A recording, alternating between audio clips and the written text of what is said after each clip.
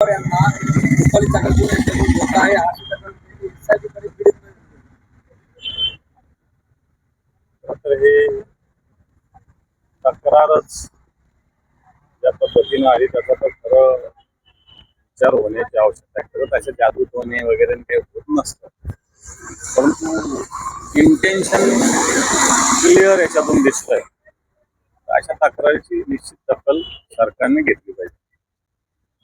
घराच्या जागी एखादा मुसलमान असता तर सर्व मुसलमानांची वरात काढली असती असं विजय वडेट्टीवार म्हणतात. खरं बोलले ते. आता कुठं धर्म हिंदू धर्म खतरे में असं कोणी म्हणत नाही, कारण शिवाचा वापर केला गेला,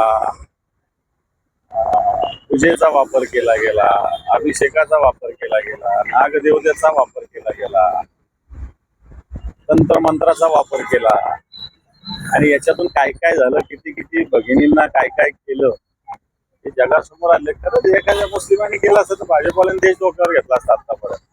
आताही त्यांचं सरकार सगळीकडे असूनही कुठेही काही झालं तर ते करतच असतात. वडेट्टीवार बोलले काय खोटं बोलले असं मला तर नाही वाटत. दोन्ही राष्ट्रवादी एकच आहेत. उद्या जे आहे ते शरद पवार सुनेच्या प्रचाराला लागतील असे नाना भावसाहेब जाऊ शकते. आता सुनेच्या प्रचाराला जाणं काही वावगं असं मला तर नाही वाटत. त्याच्यामुळे काही भावनेचा संवेदनेचा विषय असतो, रोजच राजकारण करण्याची काही गरज नाही.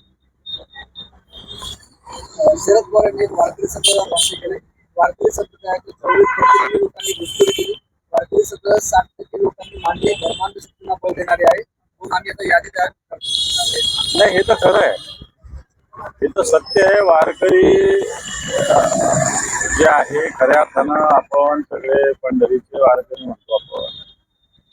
हे आताचे वारकरी, मी सगळ्याविषयी नाही बोलत आहे, परंतु काही वारकरी धर्माचा बुरखा घेऊन ज्या जात्यंध शक्ती आहे त्याचाच प्रचार करतात. आता हिंदू धर्म खतरे में, देशात हिंदुत्वादी सरकार आहे, राज्यात हिंदुत्वादी सरकार आहे. आता कोणता हिंदू धर्म खतरे में, कोणापासून खतरे में? खतरे में असेल तर तुमच्याकडे बंदुकी तुमच्या काय गंजल्या का?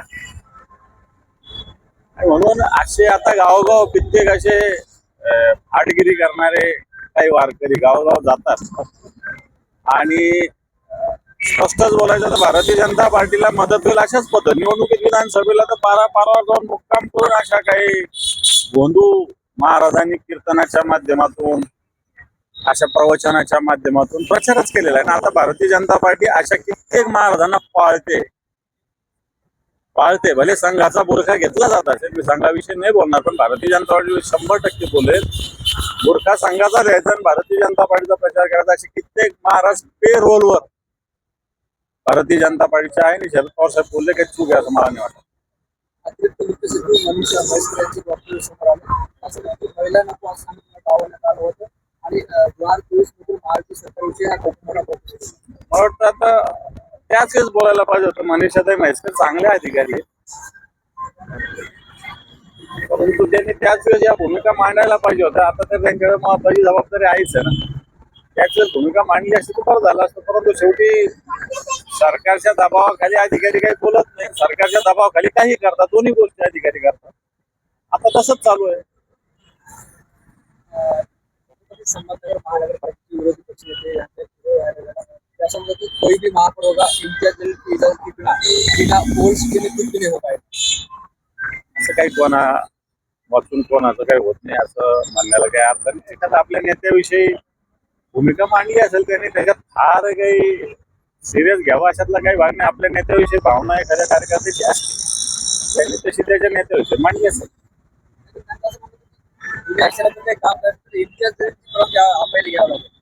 असं काही नसतं. बाबांनी कोणालाच कोणाची घ्यायचंच नाही. लोकशाही महापौराची सुद्धा परमिशनची गरज नाही. त्यांच्या कुठून आली.